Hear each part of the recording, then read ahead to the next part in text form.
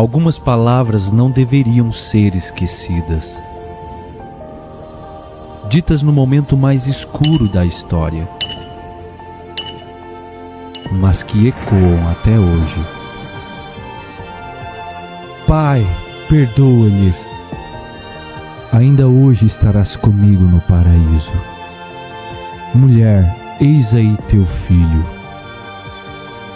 Deus meu, por que me desamparaste? Tenho sede. Está consumado. Pai, nas tuas mãos entrego o meu espírito. Não são apenas palavras, mas é a voz da nossa redenção.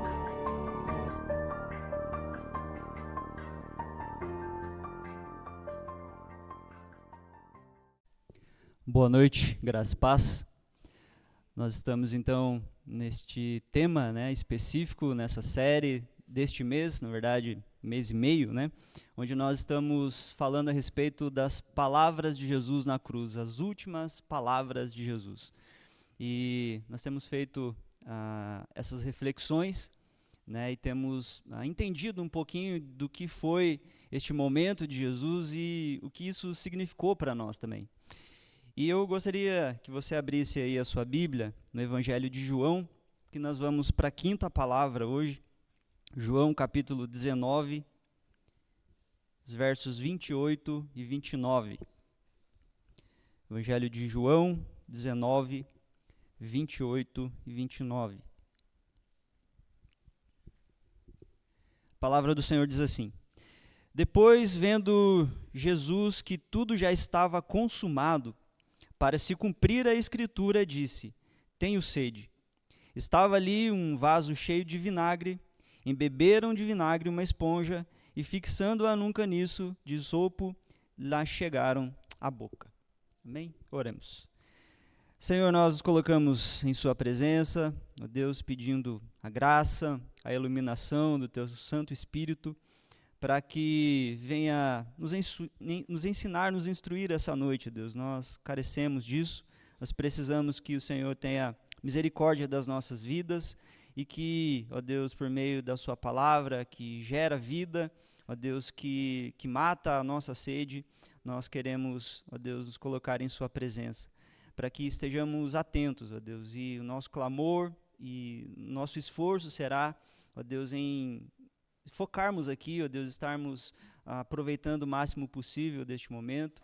Nós pedimos que o Senhor nos ajude nessa empreitada, ó Deus, para que possamos juntos aqui refletir, ó Deus, e ouvir um pouquinho mais da Sua voz essa noite. É o que nós pedimos e agradecemos em nome de Jesus. Amém.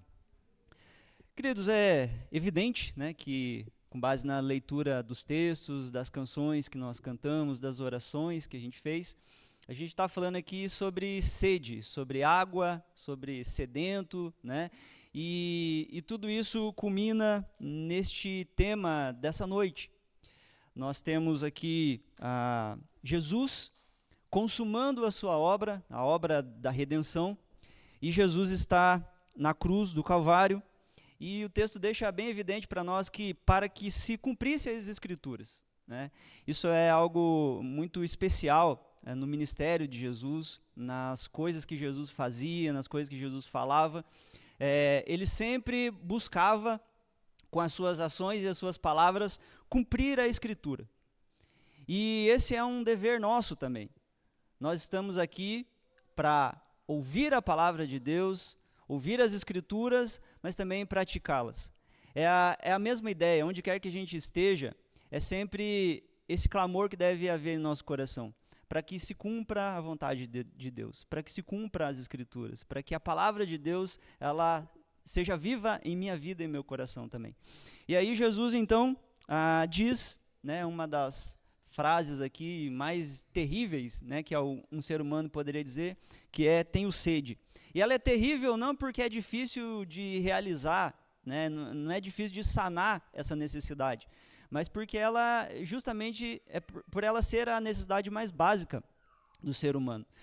E, vendo isso, eu lembrei de uma história. Em 1990, um homem chamado Mauro Prosperi, ele participou de uma maratona. Eu sei que tem alguns irmãos que estão aí bastante envolvidos, né, com maratona, correndo, enfim.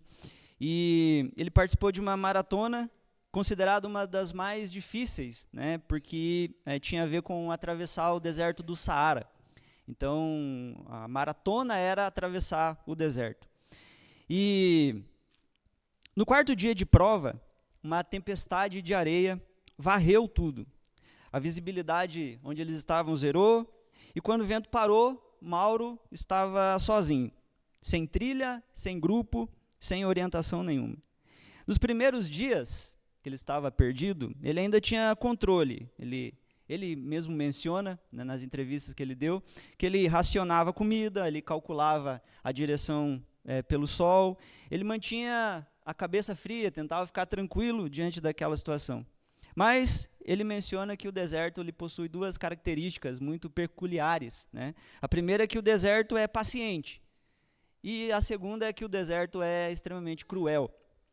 E com o passar dos dias, o sol começou a castigar, a sugar tudo que ele tinha ali, e aí ele conta, né, que a água acabou, o corpo dele começou a falhar, né, apresentar falhas, e aí veio um momento mais perturbador de toda a história. Se você acompanhar as entrevistas dele, ele vai falar que num momento de desespero absoluto, perdido, sozinho no meio do deserto do Saara, não sei se você consegue imaginar isso, né, um sol escaldante, a água acabou, e aí o que ele faz?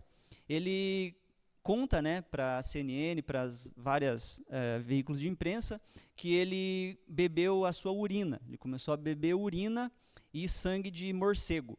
Então, foi o que ele achou ali para substituir, né, a água, e ele começou, então, a fazer esse tipo de coisa.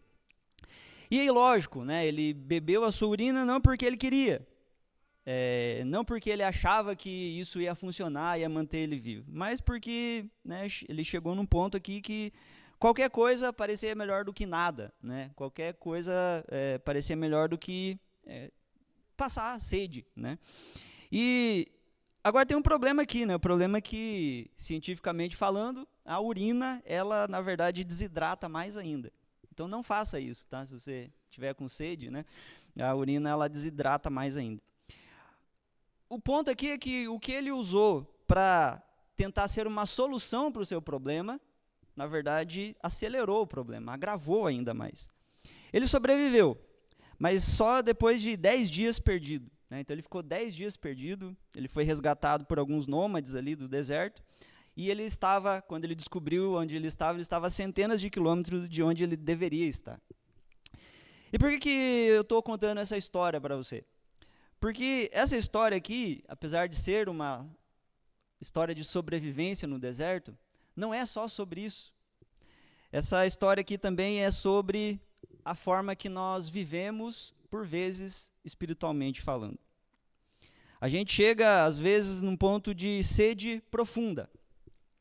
Em vez de ir a uma fonte de água potável, a gente também acaba desenvolvendo alguns meios e alguns substitutos.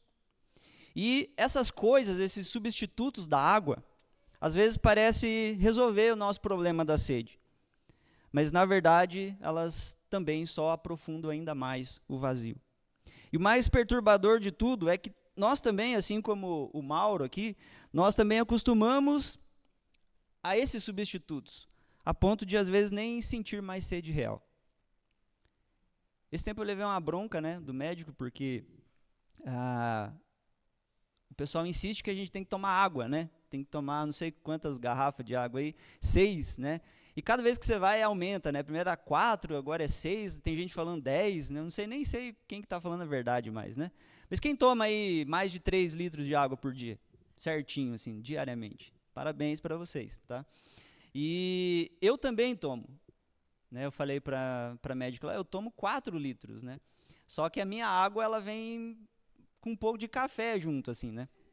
Ela falou, não pode isso aí, não é água, né? Não é a mesma coisa que água. Eu falei, mas é água, café é feito com água e tal. Né? E assim, em outras palavras, né, ela indicou essa ideia, assim, você está substituindo a água por outro tipo de líquido. Então, assim, eu não vou morrer, né, se eu ficar tomando café.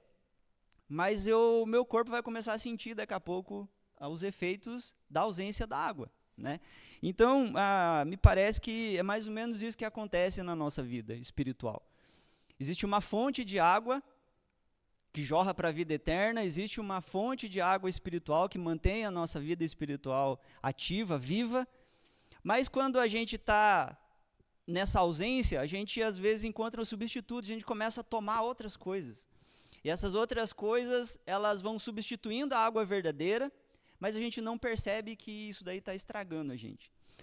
E dentro desse cenário aqui, a gente chega nesse texto de João 19, 28, que traz essa frase de Jesus desconcertante aqui. Jesus diz, e esse mesmo Jesus aqui, que uma vez ele exclamou em alto e bom som para todos aqueles que ouviam, ele disse, quem tem sede, vem a mim e beba. Jesus falou isso.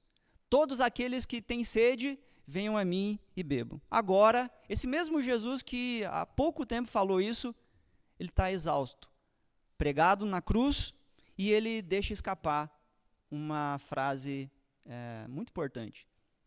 A frase é, tenho sede.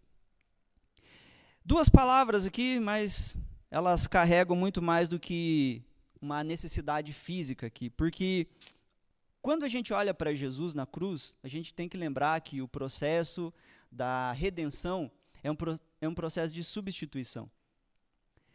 Na cruz do Calvário, nós já aprendemos isso é a aula básica, né, do cristianismo, é que nós deveríamos estar na cruz. Nós deveríamos estar lá, nós éramos os culpados, nós éramos pecadores, não Jesus. Quando a gente olha para Jesus na cruz, a gente não deve ver apenas Jesus lá pagando os nossos pecados, mas é como se fosse um espelho. A gente deveria ver nós mesmos nessa situação, porque era nós que deveríamos estar no lugar de Jesus. Então, olhar para a cruz é olhar para o espelho. E quando a gente olha para Jesus na cruz, a gente olha direto para nós mesmos. A gente pode ver a si mesmo.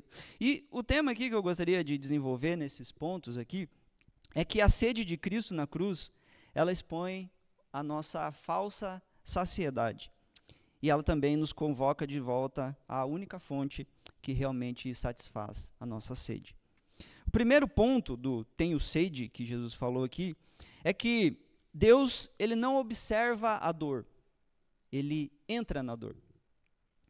E esse é um ponto interessante porque essa é uma imagem de Deus, existe uma imagem de Deus que é muito confortável assim, para a maioria das pessoas, que é aquela imagem de um Deus que é soberano, lá no céu, lá no alto, né, grandioso, ele é poderoso, ele não é afetado por nenhum tipo de coisa.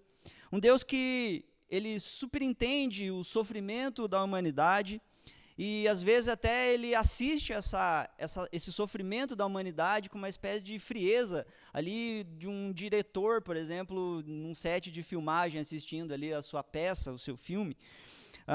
Ele vê tudo. Esse é a imagem de um Deus que vê tudo, que controla tudo, mas não é afetado e nem tocado por nada.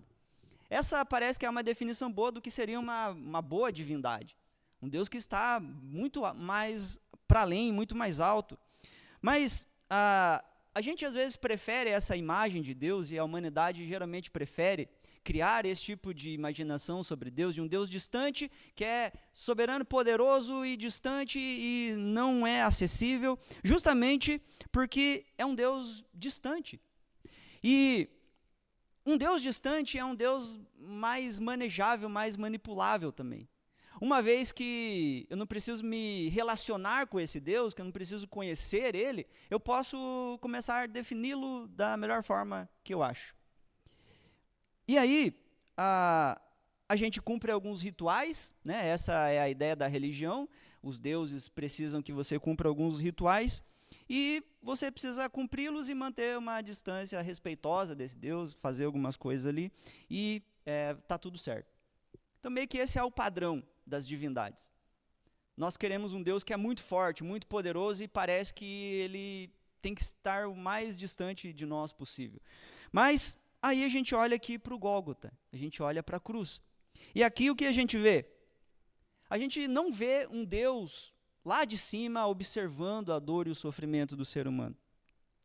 Mas a gente vê um Deus que está aqui desidratando na cruz.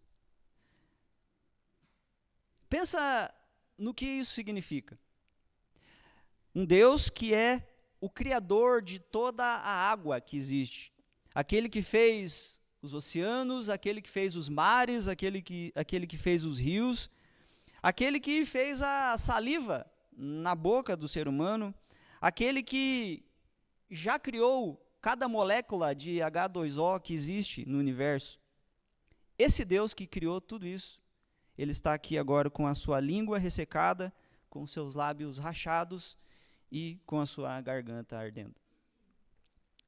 Isso aqui, gente, não é uma metáfora. Isso daqui, na verdade, é o conceito de encarnação.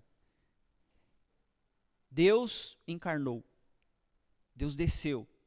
E Deus desceu não para assistir o nosso sofrimento, mas para participar de maneira substitutiva dele.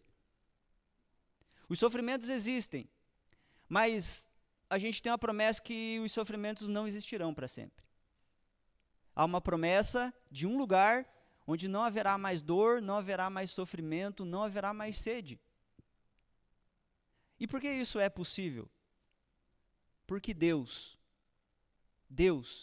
desceu até aqui, viveu a nossa vida, nos substituiu na cruz, e todo tipo de mazela, de sofrimento, de dificuldade, de necessidade que você possa estar passando, ele passou também. Até a sede extrema. E a encarnação aqui significa que Deus, ele não se aproximou do ser humano usando luvas e capas, mas ele mergulhou por completo na realidade humana, sem proteção, por completo. E quando Jesus chegou à cruz, o mergulho foi total, porque na cruz do Calvário, a gente já conversou aqui sobre o contexto que levou Jesus à cruz do Calvário, que envolveu traição, envolveu abandono, envolveu injustiça, envolveu muita violência e agora até necessidades mais básicas como a sede. Uma sede real, uma sede insuportável. E eu gostaria que você pensasse nisso, porque Deus, ele não observa a seca do coração do homem de camarote. Ele desceu até o deserto e ele sentiu na pele o que é, de fato, estar sem a água. Mas aqui também começa um desconforto.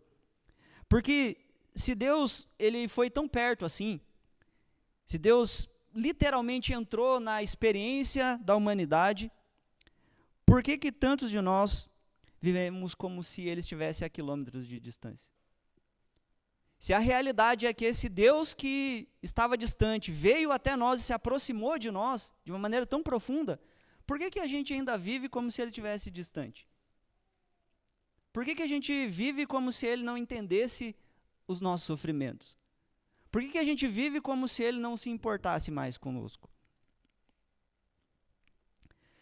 Isso acontece porque não é Deus que se afastou de nós, não é Deus que se afasta, mas é porque nós começamos a aprender a não percebê-lo mais.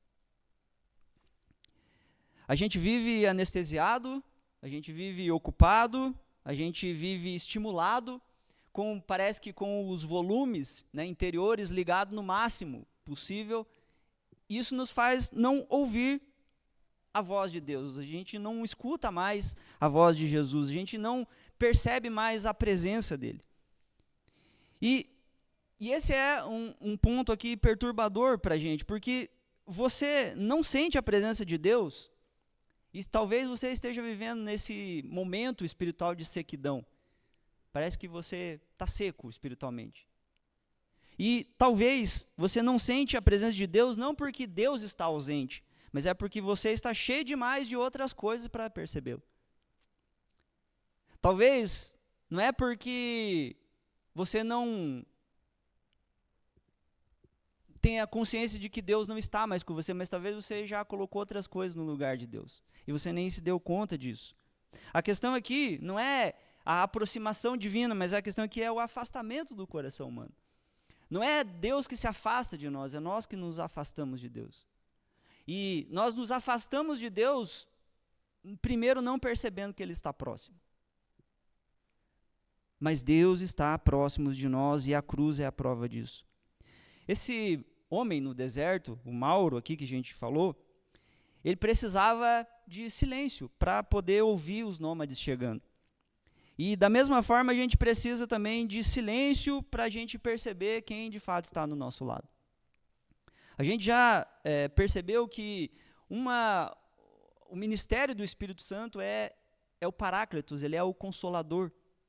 E o Consolador é engraçado porque quando a gente pensa no encorajador, né, aquele que é consolador, a definição melhor, ao contrário do que a gente pensa, geralmente a gente pensa que um encorajador é alguém que fica falando no nosso ouvido, né? Se eu falar assim, você gostaria de ter um encorajador perto de você? Você já vai pensar, é alguém que fica falando, vai lá que vai dar certo, você vai conseguir, você pode, vai lá, né? Estou torcendo por você, você consegue, rapaz. A gente pensa que o encorajador é isso. E é também, né? Existe essa parte aí, né? Mas a ideia de um encorajador, nos termos que a Bíblia coloca, não é alguém que fica do nosso lado falando. Significa alguém que está do nosso lado só. Então, um encorajador é alguém que está com você, mesmo que não esteja falando nada. E a gente sabe o valor disso geralmente nos momentos de sofrimento. Tem momentos que é difícil a gente falar qualquer coisa mesmo. Mas quem diz que a gente precisa? E nos momentos de dificuldade, nos momentos de angústia, às vezes a gente lembra não das pessoas que falaram alguma coisa, mas das pessoas que estavam com a gente. E isso é o encorajamento, né? Isso é ser o encorajador. E Jesus, né, por meio do Espírito Santo, é esse encorajador. E às vezes a gente fica tentando ouvir vozes, a gente tenta ouvir conselhos e esquece de ver quem está de fato presente com a gente. O segundo ponto aqui do tenho sede é que o nosso problema não é a falta de água, mas é a substituição.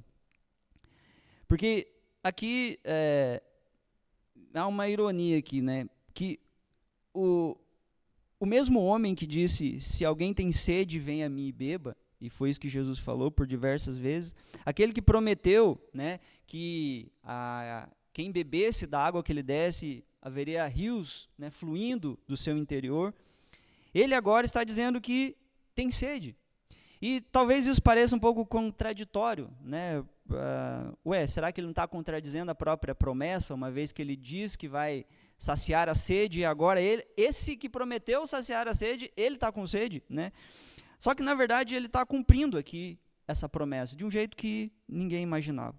Porque na cruz do Calvário, Jesus está bebendo a nossa sede, por assim dizer. Ele assume o nosso lugar, a nossa sequidão, e ele faz isso para que a gente nunca mais tenha sede, para que a gente nunca mais passe por isso sozinho. Só que existe, né, um ponto desconfortável para a gente pensar aqui, porque nessa altura do campeonato a gente já deveria saber que a gente está com sede. A gente deveria saber quando a gente está com sede, e a gente não sabe, porque por vezes a gente desenvolve um mecanismo, um sistema sofisticado de substituição. E há pecados que não parecem pecado, porque funcionam. Mais ou menos essa lógica. Por exemplo, eu queria dar 3 exemplos aqui para você. Pensa na ideia de controle. O controle. Você que gosta de ter controle de todas as coisas. Ter controle, controlar as coisas, aparentemente, não parece ser um pecado isso. Quando a gente precisa ter tudo sobre o nosso controle para a gente se sentir seguro, isso na verdade não parece um pecado, parece responsabilidade. A gente pode dizer, não, eu não sou controlador, eu só sou responsável.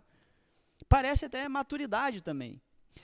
Mas no fundo, isso é uma fonte rachada. Porque a gente fica tentando garantir a nossa própria segurança sem depender de Deus. Essa é a ideia de alguém que quer ter controle das coisas. No fundo, ele só está substituindo a sede, essa necessidade que ele tem, por outra fonte, o controle. Aprovação é a mesma coisa. Quando você precisa ser reconhecido para você se sentir valoroso, isso também não parece um pecado. Parece, na verdade, uma ambição saudável, mas também é uma cisterna vazia. Porque o seu valor ele está sendo terceirizado para a opinião dos outros, das outras pessoas. A produtividade também tem sido um substituto nesses tempos, porque quando você só se sente bem quando você está produzindo, quando você está realizando, quando você está entregando as coisas, quando você está freneticamente ativo, isso também não parece um pecado, parece até uma ética, né, do trabalho, mas isso também é uma forma de a gente tentar preencher por fora o que está, às vezes, estragado por dentro já. O que é comum nesses casos aqui, que eu falei, é porque esses substitutos eles funcionam. Eles funcionam por um tempo. Só que, infelizmente, eles funcionam por tempo suficiente para a gente não perceber mais que está vazio. E esse é o cuidado que a gente precisa tomar. O mais perigoso substituto não é aquele que te destrói. É o substituto que te mantém ocupado o suficiente para você nunca encarar o vazio. Tem um livro do C.S. Lewis, Cartas a um Diabo Aprendiz, onde ele fala sobre esse ponto. Uma das instruções é essa. Às vezes a forma que o inimigo usa para vencer você não é te enfrentando frontalmente, mas é distraindo você. Porque enquanto você está distraído com outras coisas, você não está focando naquilo que é essencial. Se você não está focado no que é essencial, você já está perdendo essa batalha. E você pode estar espiritualmente seco e ao mesmo tempo funcional. Esse é o ponto aqui. Você pode estar seco espiritualmente, mas ao mesmo tempo trabalhando. Você pode estar seco espiritualmente, mas ao mesmo tempo servindo. Você pode estar seco espiritualmente, mas ao mesmo tempo frequentando a igreja, liderando, respondendo e-mails, fazendo planos, indo trabalhar. Você pode fazer todas essas coisas, você pode estar funcionando, apesar de estar seco por dentro. E aqui está um paradoxo para a gente analisar, porque quanto mais eficientes são os substitutos que a gente encontra, menos a gente sente a sede real. A anestesia funciona, o problema é que ela não cura a dor, ela só adia. Essa semana, a Karen fez uma cirurgia, ela tirou a tireoide, estava com um nódulo e estava crescendo, estava ficando esquisito, E aí ela fez a cirurgia, teve que tirar, estava uma dúvida ali se era maligno ou não, se fosse maligno ia ter que tirar os dois, a gente estava meio preocupado com isso e tal. E aí a gente falando ali, teve uma conversa com o médico sobre a questão da anestesia e tal, a explicação de como é que funciona e tal. E realmente, gente, a anestesia é uma bênção para quando a gente chega nesses momentos que a gente precisa fazer cortes, incisões, enfim, A gente toma anestesia, ela dorme, acorda depois e pronto, Mas imagina que você toma uma anestesia, é feita uma incisão em você, o que vai acontecer se a gente não lidar mais com isso? Daqui a pouco, o que acontece com a anestesia? O efeito dela passa. E você está com aquela abertura e você vai começar a sentir todas as dores disso. Então é mais ou menos isso, gente. Substitutos, eles fazem isso, eles vão anestesiando a gente. Eles vão mantendo a gente funcionando, mas eles não curam o nosso problema, eles não matam a nossa sede de verdade. E é por isso que a gente precisa refletir nisso. O Mauro Prosperi, ele sobreviveu bebendo coisas que não eram água, sua própria urina e sangue de morcego. Eu, sinceramente, preferia morrer de sede. Mas ele estava muito com vontade de sobreviver, Só que cada gole que ele tomava, na verdade, ele se desidratava mais. E a cada gole, a lucidez dele diminuía. E a percepção do perigo também. E é exatamente assim que os substitutos espirituais funcionam também. Quando a gente tenta substituir essa sede em outra fonte, é isso que acontece. Espiritualmente falando, a gente começa a ficar com uma lucidez prejudicada, a nossa percepção do perigo vai sumindo e a gente vai ficando totalmente sem noção. O terceiro ponto aqui, do tenho sede, é que há uma fonte verdadeira, mas nós a evitamos. Séculos antes do Calvário, do Gólgota, Deus fala pela boca do profeta Jeremias, conforme a gente já leu aqui na liturgia. Jeremias 2, versículo 13, diz o seguinte: o meu povo cometeu 2 males. Abandonou a mim a fonte de águas vivas e cavou para si cisternas rachadas que não retêm a água. O texto aqui fala de 2 pecados, não 2 pecados. Qual que é o primeiro pecado aqui? Eles abandonaram a fonte. E o segundo pecado? Eles construíram cisternas rachadas no lugar. E repara aqui que é interessante pensar nisso, porque para você cavar uma cisterna, você precisa de esforço. Para cavar uma cisterna, você precisa trabalhar, você precisa se esforçar. Para cavar uma cisterna, você precisa de planejamento, você precisa de trabalho. Ou seja, significa que esse segundo pecado aqui não tem nada a ver com a preguiça. Tem a ver com um empenho, com um trabalho. Eles abandonam Deus e agora eles vão se empenhar, se esforçar para construir uma cisterna rota, né, que não retém água. Isso aqui, gente, é uma espécie de desvio intencional de energia. Eles estão intencionalmente abandonando Deus para se esforçar para construir a sua própria fonte de água. A ideia aqui espiritual é o seguinte: eles estão trabalhando duro para não depender de Deus. Isso daqui não mudou muita coisa. Hoje as pessoas fazem a mesma coisa. Por que as pessoas fazem isso? Por que elas querem se esforçar para cavar as suas próprias cisternas? Porque beber da fonte correta exige algo que o coração do homem resiste com toda a sua força desde que aconteceu a queda, que é uma palavra: dependência.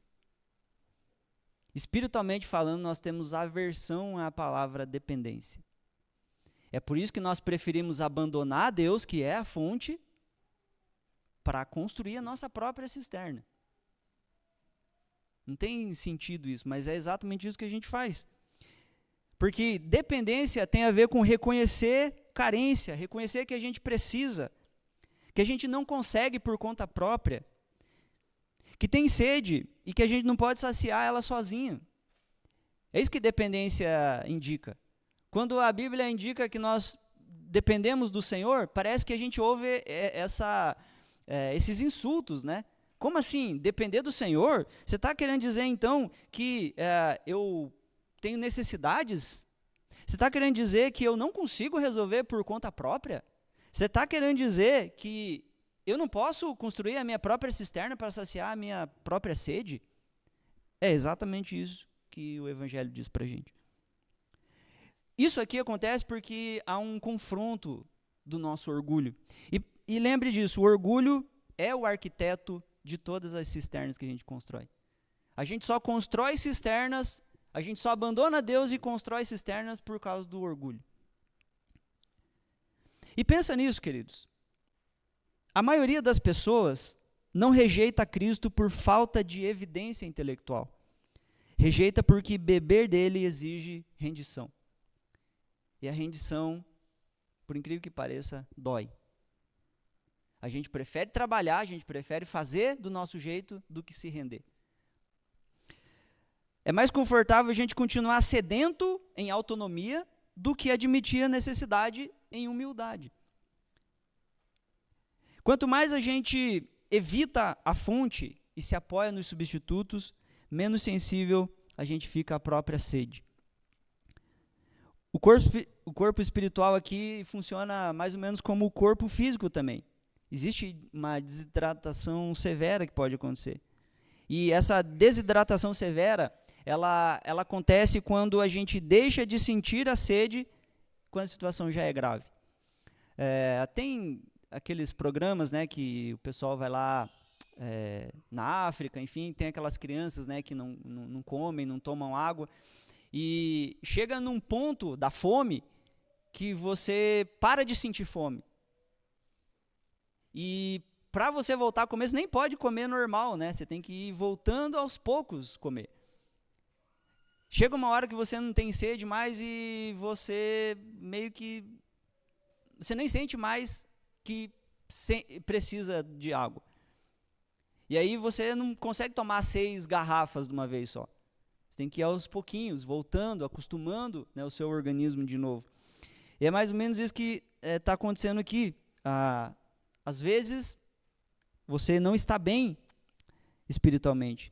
Você já perdeu até a capacidade de sentir que não está bem. Então, uma coisa é não estar bem, outra coisa é perder a capacidade de perceber que você não está bem. E a conclusão aqui, queridos, a pergunta que fica para a gente, eu queria que você voltasse aqui para o deserto do Saara, porque o Mauro, ele foi resgatado. Mas ele, na entrevista, conta que nos dias finais ali do resgate, ele havia chegado num ponto de resignação estranha, ele diz, né? O deserto tinha virado familiar. Ele aprendeu a sobreviver nesse deserto ali. Ele encontrou formas de se manter vivo. Formas provisórias, mas o mantinham vivo. Insuficientes, mas funcionais ali, funcionavam. O problema aqui, queridos, é que sobreviver no deserto não é a mesma coisa que viver. E quando a gente olha a palavra sobreviver aqui, a definição é gerenciar o suficiente para não morrer. O que é sobreviver? É quando você gerencia o suficiente os recursos para que você não morra. Agora, viver é mais do que isso. Viver é ter acesso ao que sustenta de verdade. E daí ele conta que quando os nômades apareceram ali, quando a salvação chegou para ele conta que o primeiro impulso dele foi, na verdade, desconfiar. E ele tentou se esconder, tentou meio fugir dos caras ali, né? Ele tinha se acostumado tanto com o deserto que a salvação, quando chegou, parecia estranha para ele. E isso daqui quebra também o nosso coração nesse sentido, porque é exatamente o que acontece com as pessoas de maneira espiritual. Cristo diz aqui para nós, tenho sede na cruz. E ele entra no nosso deserto para nos tirar de lá. A sede que Jesus passou é exatamente a porta de entrada de Jesus no nosso deserto. Na nossa sede. E aí Jesus experimenta essa secura para dar vida para a gente. Ele assume o nosso lugar de sedento para que a gente tenha acesso permanente à fonte da vida. Mas muitos de nós aprendemos a viver no deserto já. A gente já aprendeu a sobreviver no deserto. A gente já criou as nossas cisternas, construímos as nossas cisternas, mesmo que rachadas, mas estão ali funcionando. A gente já consegue administrar esse vazio que a sede promove de um jeito que parece aceitável. E a salvação, a fonte real, quando Jesus chega para nós como o Salvador e quer nos tirar dessa situação, às vezes a gente estranha isso. A gente estranha quem veio nos salvar, a gente estranha a verdade. E a pergunta aqui, para a gente encerrar, e eu espero que ela ecoe aí no seu coração durante essa semana, mas a pergunta é, você quer sobreviver no deserto ou você quer viver junto à fonte? Você prefere continuar sobrevivendo aí no deserto ou você prefere viver de verdade junto à fonte? Porque, queridos, Jesus Cristo, ele não desceu até o Calvário para que eu e você aprendamos algumas técnicas de sobrevivência espiritual. Ele não desceu para que você sobreviva. Ele foi à cruz para que você viva e viva uma vida abundante nele. Para a gente aplicar aí, gostaria que você pensasse nessas questões aqui. Primeira delas, identifique as suas cisternas. Essa semana faça esse exercício, faça essa observação honesta e responda essa pergunta aqui, ó. O que você tem usado para se sentir seguro, para se sentir valioso, para se sentir completo? Controle, aprovação, produtividade? Qualquer coisa que funciona temporariamente, mas não sacia de verdade.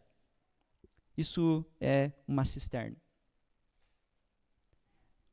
No que você sente seguro, queridos? Pensa nisso. Segundo lugar, pare de romantizar o que não funciona. Os substitutos, eles têm apelo emocional, mas eles dão sensação, mas sensação não é saciedade. Comece a dar um nome honesto para as coisas que você tende a romantizar como solução, mas não são. E que na prática só servem para anestesiar você, para você não lembrar que você está com sede. Terceiro lugar, volte à fonte. Mas volte com intenção, não com a emoção. Porque emoção, ela é volátil, ela muda. Você está com vontade, daqui a pouco você não está mais. Agora, decisão intencional é diferente. Ela te dá um foco. Decida, então, voltar para aquele conceito básico da vida cristã. Dedicação à palavra, dedicação à oração, presença na comunidade. Independente de como você está se sentindo. Porque, às vezes as pessoas falam, não, eu não vivo pelo que eu sinto. Vive sim, porque dependendo do que você está sentindo, você não ora mais. Dependendo do que você está sentindo, você não lê a Bíblia. Dependendo do que você sente, você sai da comunhão. Então, essas coisas vão enfraquecendo a gente. Essas coisas vão tirando de nós a capacidade de perceber que nós temos sede, sim, mas que essa sede ela precisa ser sanada na fonte de água viva. E em quarto lugar e último, crie espaços de silêncio. Isso aqui é uma coisa que eu tenho aprendido e tem feito bastante diferença, gente, porque a gente tem uma tendência de achar que para solucionar os problemas a gente tem que adicionar coisas na vida. A gente tem que fazer mais coisas. Eu já estou fazendo isso, e agora o que mais que eu tenho que fazer então para melhorar? Às vezes o que você tem que fazer a mais é parar de fazer o que você já está fazendo.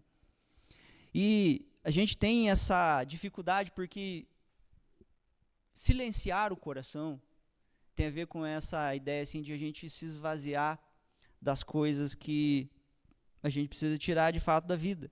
Esse silêncio, sabe? Esse lugar, esse descanso. A gente está muito na correria de sempre, a gente gosta disso, porque isso produtividade é um dos ídolos desse século. Então, quanto mais produtivo eu pareço que sou, mais valor eu tenho. Lá no fundo é isso que a gente pensa. E parece que essa ideia de parar, de ficar quieto, é coisa de vadio, né? Que, quando alguém liga para você, né? Você sempre está fazendo alguma coisa, já parou para pensar? Agora vou revelar o coração de vocês aqui. Alguém manda mensagem, o que você está fazendo? Rapaz, estou na correria. Você nem está fazendo nada, você está sentado lá, né? Por que você não quer falar que você está sentado?